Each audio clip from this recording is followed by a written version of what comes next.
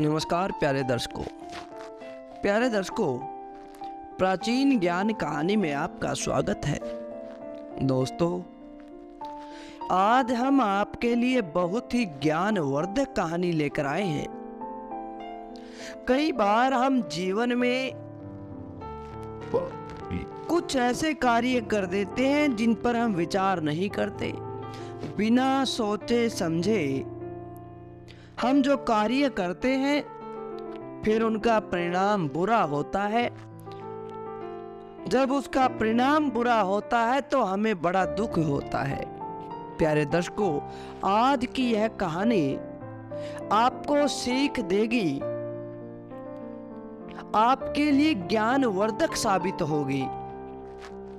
जीवन में कुछ भी करें, लेकिन इस कहानी को अगर आप सुनोगे तो जीवन में कभी गलती नहीं करोगे। प्यारे दर्शकों, इससे पहले हम इस कहानी की शुरुआत करें, अगर आप हमारे चैनल पर नए हैं तो चैनल को सब्सक्राइब जरूर करें, क्योंकि आपका एक सब्सक्राइब हमारे लिए बहुत महत्व रखता है। और इस कहानी को आप अपने बच्चों को, अपने परिवार को जरूर सुनाएं। तो आइए शुरू करते हैं आज की बड़ी ही प्यारी, बड़ी ही ज्ञानवर्धक यह कहानी। प्यारे दर्शकों, एक बार की बात है, कोई बड़ा धनी व्यापारी था, किंतु बड़ा ही दयालु। अब वह अपना सारा धन गरीबों में बांट दिया करता था, दान पुण्य में विश्वास रखता था और बड़े ही धार्मिक विचारों वाला व्यक्ति था। दोस्तों, जब भी उसे कहीं पर दान करना होता तो वह विचार नहीं करता, बिना सोचे समझे पुण्य कार्य कर दिया करता था। ऐसे करते करते एक दिन ऐसा आ गया कि उसके जीवन में उसकी जिंदगी का सारा धन ही खत्म हो गया। अब जो मान प्रतिष्ठा उसे प्राप्त थी, जो दुनिया के साथी उसके साथ थे, अब पैसे के जाते ही वे भी दूर होने लगे, क्योंकि दुनिया के जो साथी हैं, जो दोस्त हैं, वे दिखावे के हैं। अब उसका पैसा खत्म हो गया तो उसकी मान प्रतिष्ठा भी खत्म हो गई। सोचने लगा, अब तो मेरे पास कुछ नहीं बचा। दोस्तों, इसी चिंता में वह लेटा हुआ था। इसी बात को सोचते सोचते उसको नींद आ गई। वह सो जाता है और उसे सपने में दिखाई देता है कि कोई भिक्षुक उसके द्वार पर आता है और वह भिक्षुक उसे कहता है कि हे व्यापारी, कल सुबह मैं तेरे द्वार पर आऊंगा और तुम मुझे लाठी से मेरे सिर पर वार करना, और तुम्हें मेरी बजाय एक सोने की मूर्ति मिल जाएगी। अब सपन देखते देखते पूरी रात गुजर गई। सुबह हो चुकी थी, उसकी आंख खुली। उसको थोड़ा सा अजीब भी लगा, क्योंकि यह तो एक सपन था, हकीकत नहीं थी। दोस्तों, अगली सुबह हुई तो एक भिक्षुक उसके द्वार पर आ गया। उसने उस भिक्षुक को अंदर बुलाया और उसके सिर पर एक डंडी से वार किया, एक लाठी से वार किया, तो वह भिक्षुक सोने की मूर्ति में बदल गया। उसका सपन सच हुआ, किंतु यह सब उसके पास के एक पड़ोसी ने देख लिया। अब पड़ोसी ने सोचा कि भिक्षुक के सर पर लाठी मारने से वह सोने की मूर्ति में बदल जाता है। सोने के इस लालच ने उसे पागल कर दिया और वह एक बौद्ध मठ में जाकर बहुत सारे भिक्षुकों को अपने घर में खाने का न्योता देकर आ जाता है। उनसे कहता है कि कल सुबह का खाना आप मेरे घर पर खा लेना। अगली सुबह बहुत सारे भिक्षुक उस पड़ोसी के घर पर आते हैं और उनके आते ही वह दरवाजा बंद कर लेता है और अंदर कमरे के अंदर लेकर उन पर लाठी से वार कर देता है। अब सोने की मूर्ति कहां बदलेगी?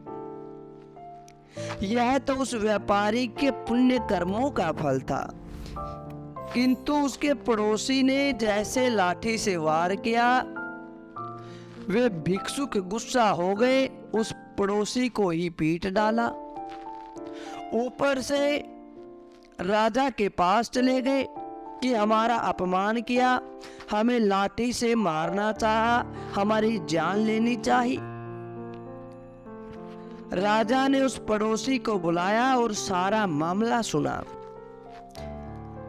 उस पड़ोसी ने सारा दोष उस व्यापारी पर डाल दिया कि उसकी वजह से यह सब हाल हुआ है। अब राजा ने उस व्यापारी को बुलाया।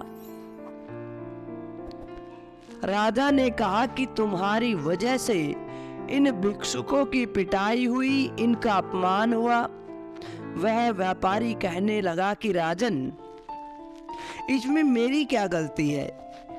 मुझे तो सौपन दिखाई दिया था और जो सौपन दिखाई दिया उसके हिसाब से मैंने अपना कार्य किया, किंतु मैंने इस मेरे पड़ोसी को तो नहीं कहा था कि भाई तुम भी ऐसा करो।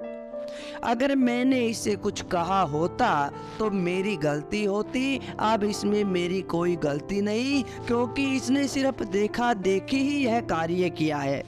अगर यह मुझसे पूछ लेता कि ऐसा क्यों किया, तो मैं इसे बताता कि भाई तुम मत करना, मेरे साथ तो ऐसा हुआ था।